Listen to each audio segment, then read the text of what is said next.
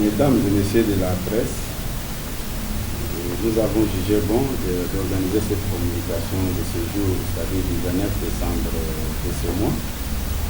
Notre communication tourne autour de deux points. Le premier point, c'est l'actualité politique de l'ère, l'actualité politique du pays. Et le deuxième point sera dominé par la vue du parti Union pour la démocratie et le progrès social dans la province du Maniema. À ce qui concerne l'actualité politique de l'ère, qui est dominée par certains points que vous connaissez tous, les consultations initiées par le chef de l'État, et la pétition des députés nationaux initiée contre le bureau de l'Assemblée nationale qui nous a amené à la déchéance de ce bureau. Et il y a aussi le discours sur l'état de la nation prononcé par le chef de l'État et la conférence des gouverneurs convoquée de plusieurs par son Excellence Monsieur le Président de la République. Et à ce qui concerne la situation politique de l'ère, dominée par les points que je viens d'évoquer tout à l'heure, les consultations nationales initiées par le Président de la République. Il y a eu plusieurs interprétations autour de ces consultations. Pourquoi nous sommes arrivés aux consultations? Il y a certains qui pensent que le chef de l'État a violé l'accord qu'il mettait ensemble avec le FCC parce qu'il a initié des consultations. Et tout le monde le sait. Dans cette prérogative constitutionnelle, il est reconnu à un chef de l'État comme celui le garant du bon fonctionnement des institutions, de consulter les Congolais, consulter son peuple à chaque moment quand il trouve que c'est nécessaire. C'est pourquoi le chef de l'État avait pensé à ces consultations où il avait donné la chance à toutes les couches de notre population de mettre leur point de vue sur la bonne marche de notre pays. Et après ces consultations, le chef de l'État s'était prononcé et avait fait la restitution à notre peuple. En dehors des consultations, il y a eu aussi la pétition initiée par les députés nationaux contre le bureau de l'honorable Djamil Mapunda. Mais à notre grande surprise, plusieurs voix s'étaient levées pour critiquer les élus du peuple, pour les accuser injustement qu'ils ont été corrompus. Ils ont touché de l'argent pour destituer les bureaux Mapunda. Mais à notre niveau, nous avons tous compris, la lecture que nous avons faite à notre niveau était la suivante. Les députés sont les élus du peuple et non les élus des individus. À ce titre, ils peuvent faire aussi la lecture de la situation politique du pays sans se référer à qui que ce soit. C'est l'exemple de nos pères fondateurs qui avaient créé l'Union pour la démocratie et le progrès social à l'époque, où ils avaient décidé de tourner le dos à leur père fondateur, le maréchal Mobutu, avec la fameuse lettre de 52 pages. Je ne pense pas que quand les 13 parlementaires avaient levé l'option d'éviter maréchal Mobutu, ils ont été aussi débauchés par qui que ce soit. Les choses doivent être vues clairement pour éviter tout le malentendu.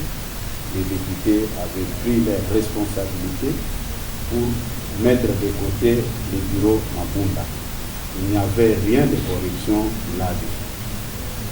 J'ai parlé sur le discours de l'État, de la nation, du chef de l'État, où c'était un discours bilan de la manière dont le pays était dirigé, où le chef de l'État avait fait savoir à la face du monde combien de fois il avait fait l'objet d'humiliation, l'objet de sabotage de la part de ses partenaires hier.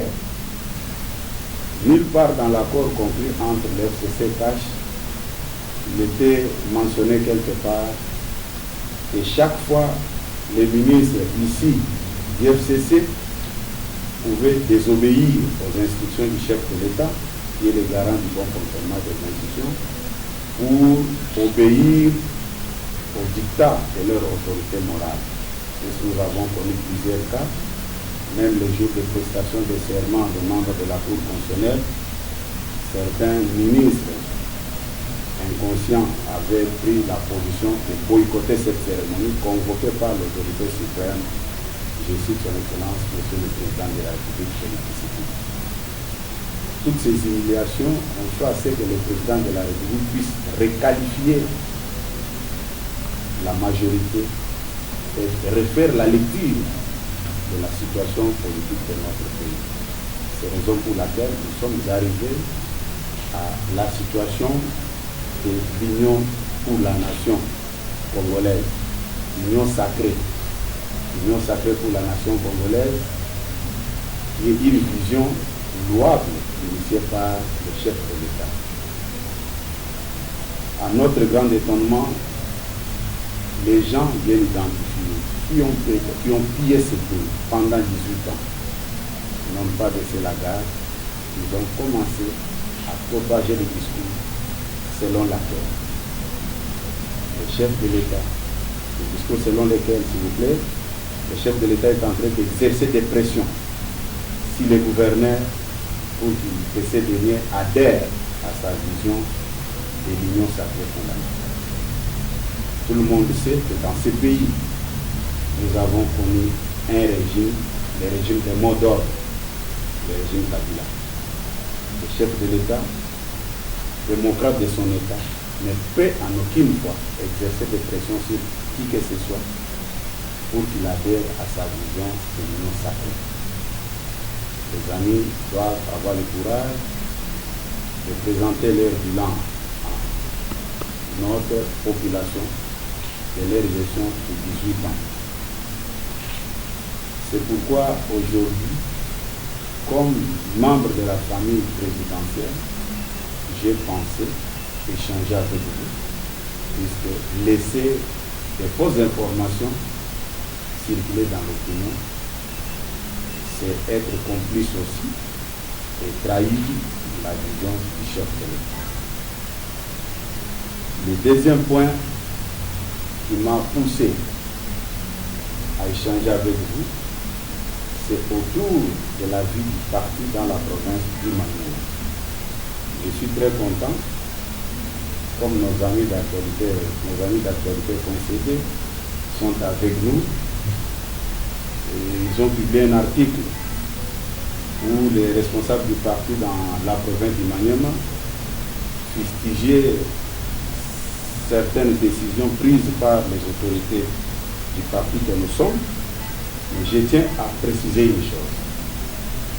Nulle part, les responsables du parti que nous sommes, nous n'avons pas pris une décision imposant quoi que ce soit sur la province ou sur nos 3 fédérations du Maniema. J'ai avec moi 3 correspondances venues du Maniema. La première correspondance est signée par l'auteur même de la lettre ouverte, le président fédéral Oleko Lungundu Seleman, le président fédéral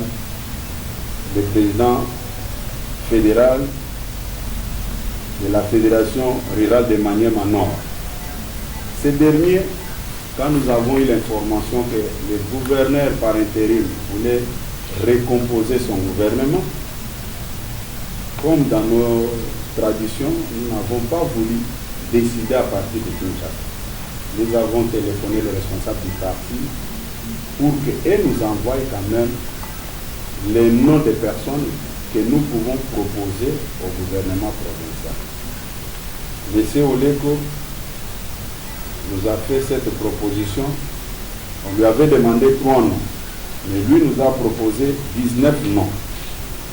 Ça, c'est ce que lui-même avait proposé. Nous, à notre niveau, nous étions obligés de désigner une seule personne sur sa liste. Et vous allez regarder avec moi le numéro 5. C'est de lui qu'il s'agit.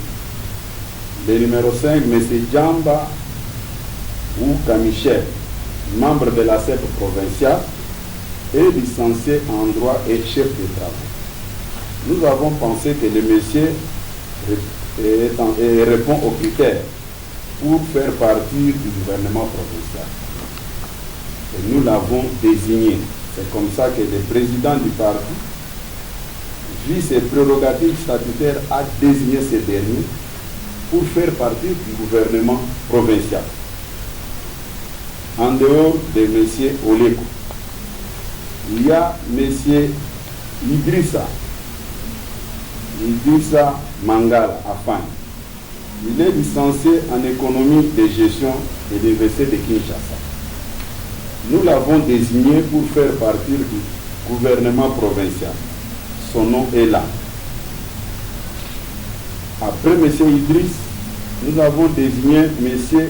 Omari Isembe Nemi. Il est licencié en développement rural. Quand vous regardez ces trois listes, ça ne vient pas de Kinshasa. Ce sont les trois listes qui viennent du Manième. S'il y a eu fraude, s'il y a eu erreur, ça ne vient pas de Kinshasa. C'est à leur niveau. S'ils pensaient que tel ne pouvait pas faire partie du gouvernement provincial, ils pouvaient le débarquer à partir du Maniema. Mais à notre grande surprise, nous avons lu beaucoup de choses dans les réseaux sociaux où les autorités du parti que nous sommes étaient vraiment traînées dans la boue. Pour pleurer à qui, on ne sait pas. C'est pourquoi nous avons jugé bon de restituer cette vérité à vous, les amis de la presse, de dire la vérité aux gens que les autorités de l'île de presse à Kinshasa ne sont pour rien dans cette affaire. Et moi-même, j'étais surpris quand vous accusez les responsables faussement comme ça. Vous pensez qu'ils vont se taire pour ne pas parler.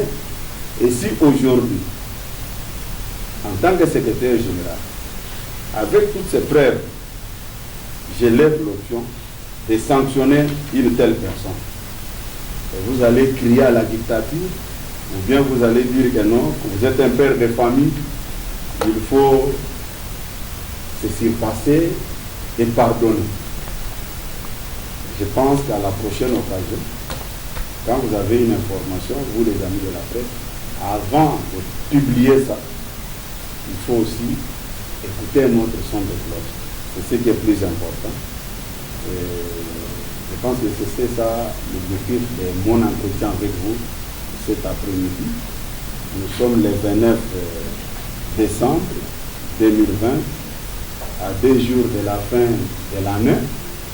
Je me vois obligé de faire un exercice devant les journalistes au moment où tout le monde est en train de se reposer et chercher comment adorer ou remercier le Créateur. Merci beaucoup. Awa Tozana Boulevard, poids lourd, entrée Ndolo, numéro 37.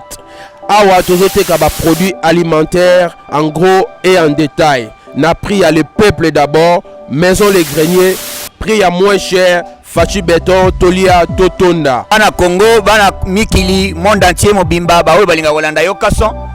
Tala mokili moni, ozo kate moins loko ezali. Donc chez papa Laurent na maison les greniers na mama na nous, okokoma wana so komi, okomona ba prix o ya ba biloko même niveau ya Bruxelles. Donc produit wana ezaka toujours na Bruxelles pour en désordre. Kende kuna yo moko missionnaire témoin. Ko vanda te pusana pembeni okovivre qui vivra verra. Tango kokoma yo ko comprendre que te masore za lindenge nini. Kolia kotonda nyata borto Fachibe.